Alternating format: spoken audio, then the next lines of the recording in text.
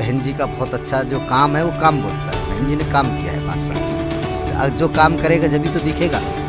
आप देख लेना, किसी भी क्षेत्र में आप जाएंगे वहाँ बहन जी के काम आपको नजर आए। हमारे यहाँ से मनवीर भाटी जी हैं जो किसान नेता हैं। वो 10-12 साल से किसानों की आवाज़ अथॉरिटी के खिलाफ बराबर लड़ते हुए आए हैं। बहुत मजबूत कैंडिडेट है। बहन जी ने यहाँ के 4 इंटरनेशनल स्कूल दिए हैं। गौतम बुद्ध बालक इंटर कॉलेज, उसमें हमने लोगों से पूछा था, वो बोल रहे थे वहाँ पर टीचर नहीं आते हैं टाइमिंग से। नहीं, 2 साल से तो इन लोगों ने उनको बंदी कर दिया है कोरोना के नाम पे।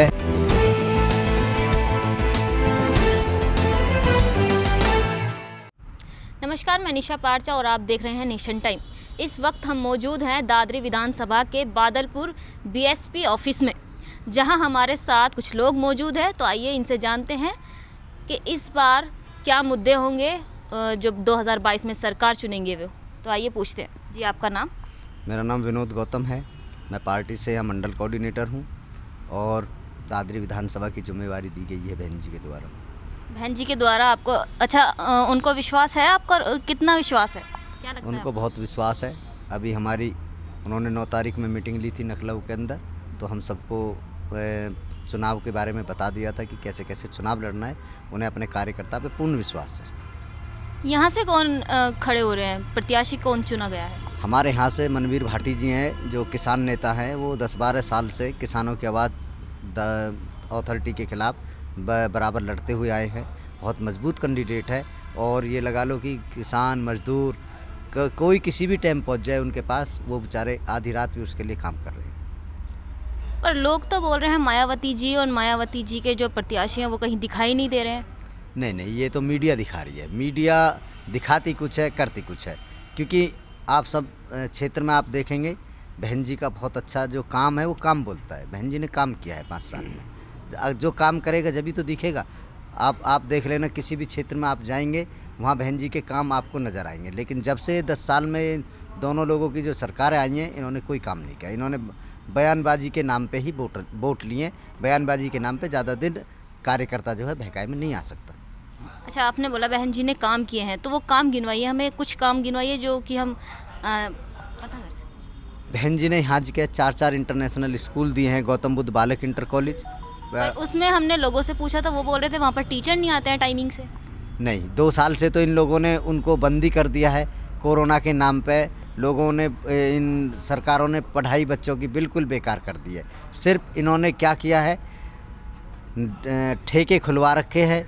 ठेके पे शराब तो मिलेगी, लेकिन एक मज़दूर आदमी जो मज़दूरी करेगा वो मज़दूरी नहीं कर सकता। अभी लॉकडाउन लगा देंगे तो सारी चीज़ें बंद कर देंगे, सिर्फ ठेके खुलेंगे। तो इन लोगों की करनी और कथनी में बहुत फ़र्क है। ये लोग कहते कुछ हैं, करते कुछ हैं। बहन जी जो कहती हैं वही करती हैं।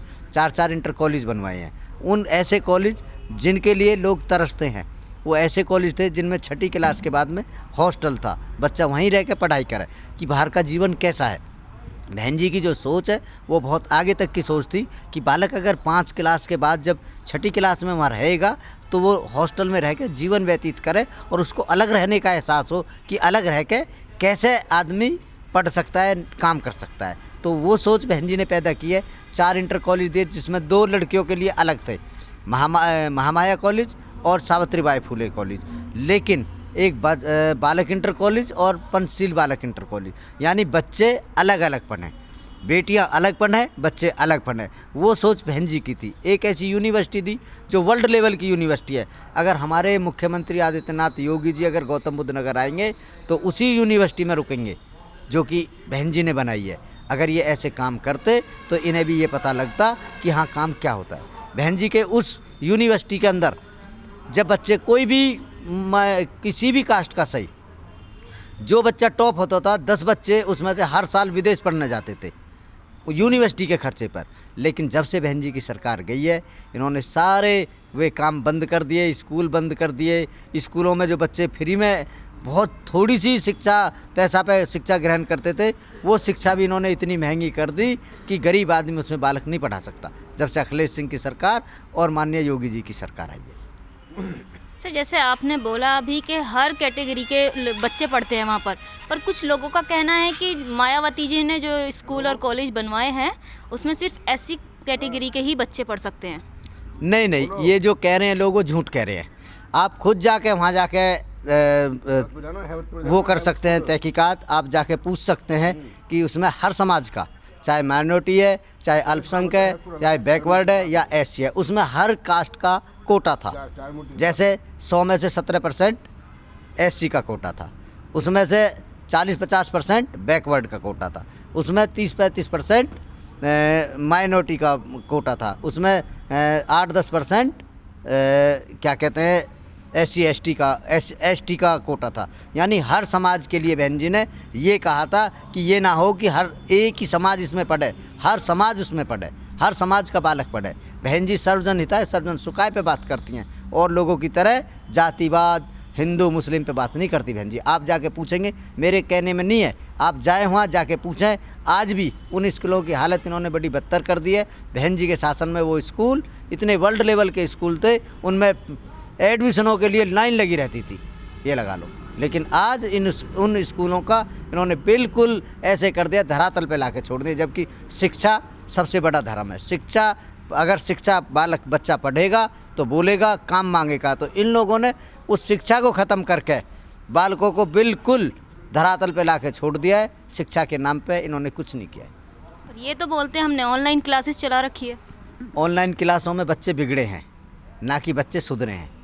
बिगड़े कैसे हैं? बच्चे को फ़ोन दे दिया, माँ बापा को पता नहीं बच्चा क्या कर रहा है क्या नहीं कर रहा।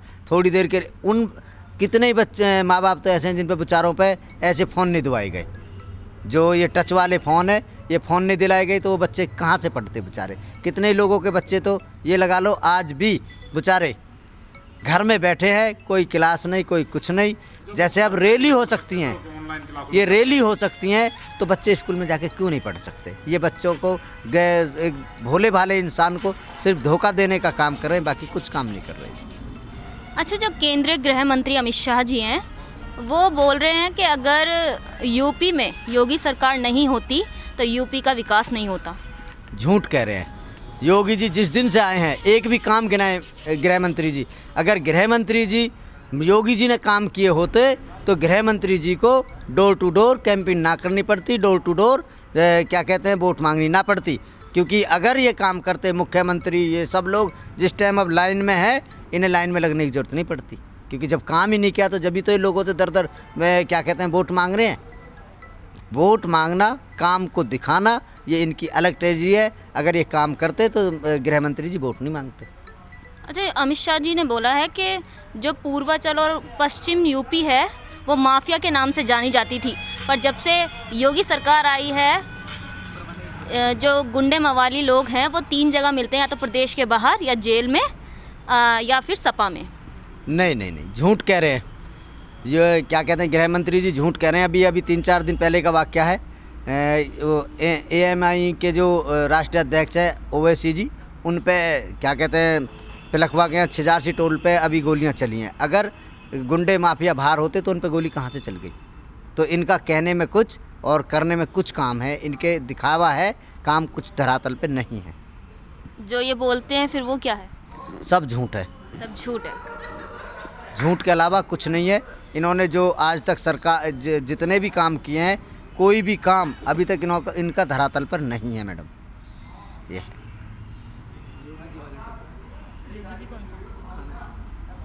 अच्छा, योगी जी जो हैं वो जो एससी कैटेगरी के जो लोग हैं उनके घर जाकर खाना खाते हैं, तो क्या लगता है एससी जो पिछड़ी जातियां हैं उनकी तरफ जाएंगी? नहीं जाएंगी। खाना खाने से कुछ नहीं होता। हम कहते हैं खाना खा रहे हो, ठीक है, अच्छी बात है, हम मना नहीं कर रहे, लेकिन उनके लिए काम भी तो करो। काम तो आप कर नहीं रहे, रोज़गार आप दे नहीं रहे। रोज़गार के नाम पे हमारे प्रधानमंत्री जी कहते हैं कि रोज़गार, जो पढ़े लिखे लोग हैं पकौड़े तले। तो खाना खाने से कुछ नहीं होता। इन्होंने अभी देखा है, आपने इनको देखा होगा कि योगी जी ने नमक, चने, तेल, चावल और क्या कहते हैं गेहूँ, ये सारी चीज़ दे रहे हैं। 50 रुपये का राशन दे रहे हैं, 70 रुपये का उसमें थैला दे रहे हैं अपनी एडवर्टाइजमेंट करने के लिए। इनको क्या ज़रूरत पड़ी है कि एडवर्टाइजमेंट करें अपनी? भाई जब गरीब को खाना दे रहे हो, 50 रुपये की बजाय 100 रुपये का जो थैला है उसका भी उन्हीं को राशन दे दो। उस थैले से क्या होने वाला है? अगर ये देश को इस तरह बांटना चाह रहे हैं कि क्या कहते हैं नमक तेल के नाम पे, अगर ये नमक तेल का जो पैसा है इसे गरीबों को ना दे के इस पैसा को लोगों के जो शिक्षा है उस पे लगाएं। जो 2 साल से लोग के बच्चे नहीं गए स्कूल में, उस फीस को माफ़ करें ये सरकार, जिससे कि गरीब आदमी का भला हो सके। गरीब आदमी का भला दाल चावल चीनी से नहीं होने वाला, गरीब आदमी का भला होगा जब बच्चा पढ़ेगा, उसकी फ़ीस माफ़ करनी चाहिए। 2 साल से इन्होंने जो फीस ले रहे हैं, क्योंकि ये धन्ना सेठों की पार्टी है, धन्ना सेठों के स्कूल हैं, ये उस दिशा में तो काम कर नहीं रहे हैं। दाल चीनी चावल लोगों को दे रहे हैं, उससे कोई लोगों का भला होने वाला नहीं है, क्योंकि पूरे महीना में 5 किलो चावल 15 किलो गेहूँ से पेट नहीं भर सकता। तो इन लोगों को अपनी योजना बनानी चाहिए, जैसे बहन जी योजना बना के काम करती है। बहन जी ने 1 लाख काशीराम योजना के फ्लैट दिए फ्री, जो ये ढंडोरा पीटते हैं कि हमने लोगों को मकान दिए, 2.5 लाख रुपए दिए, वो चुनाव के बाद सब लोगों से वसूल करेंगे। लेकिन बहन जी ने 1 लाख सरकारी आवास काशीराम योजना के तहत सब लोगों को फ्री दिए है। जो आप देख लेना, घोड़ी बछेड़ा में काशीराम कॉलोनी, इसमें ब्रौंडी में काशीराम कॉलोनी, सहदरा जो तुम्हारा नया इधर नवेड़ा में काशीराम कॉलोनी, हर ज़िले में 1-1 हज़ार, कम से कम 1-1 हज़ार 2-2 हज़ार मकान फ्री छोटे जो हमारे गरीब लोग हैं उनके लिए दिए हैं। इन्होंने एक भी योजना बता दो ऐसी कि इन्होंने कोई गरीब आदमी के लिए कोई काम किया हो। और जो योजनाएं चला रखी है उनका क्या? किसने जी? योगी सरकार ने। कौन? जैसे आपने बोला काशीराम योजना थी, बहन जी ने दी थी, ऐसे ही मुख्यमंत्री आवास योजना भी तो है, जिसमें जो घर बनाए जाते हैं, घर दिए जाते हैं। नहीं है, वो मुख्यमंत्री जी ने 2.5 लाख रुपया दे रहे हैं। वो 2.5 लाख रुपया चुनाव के बाद ये वसूल करेंगे लोगों से। वो मकान नहीं दे रहे, वो 2.5 लाख रुपया का ऋण दे रहे हैं लोगों को। अभी बहका रहे हैं लोगों को वोटों के नाम पे कि हम तुम्हें 2.5 लाख रुपये का मकान दे रहे हैं, लेकिन बाद में उन लोगों से ये वसूल करेंगे। बहन जी की तरह योजना बनाए ना, यमुना एक्सप्रेस वे बनाया, फार्मूला ट्रैक 1 बनाया, जो कि पूरी दुनिया का नंबर 1 फार्मूला ट्रैक था, जिसमें सचिन तेंदुलकर और जो विदेश से जो वो खिलाड़ी आए थे उन्होंने कहा था, थैंक यू बहन जी, आपने इस देश के अंदर एक ऐसा फार्मूला ट्रैक बनाया जो पूरी दुनिया में फेमस है। लेकिन इन लोगों ने उसको भी बंद करने का काम किया। इन लोगों ने उसको भी बंद करने का काम किया है, जबकि बहन जी ने वो फार्मूला ट्रैक हर एक के पूरे देश के लिए ही तो बनाया है, अपने लिए तो बनाया नहीं है। इन लोगों की मानसिक सोच बहुत अलग है। बहन जी की मानसिक सोच सर्वजन हिताय सर्वजन सुखाय पे काम करने वाली है। तो देखा आपने, ये थे हमारे साथ बीएसपी के गौतम मंडल कोऑर्डिनेटर। तो इनसे हमने जाना कि क्या खासियत है मायावती जी की, और जैसे कि आपने हमारे चैनल के माध्यम से जाना, इसी तरह की वीडियोस देखने के लिए हमारी चैनल को सब्सक्राइब करें, लाइक करें। मैं निशा पारचा, नेशन टाइम, दादरी विधानसभा। इस वीडियो में कही गई सभी बातें वक्ता की अपनी राय है, जिसकी पुष्टि हम या हमारा चैनल नेशन टाइम नहीं करता।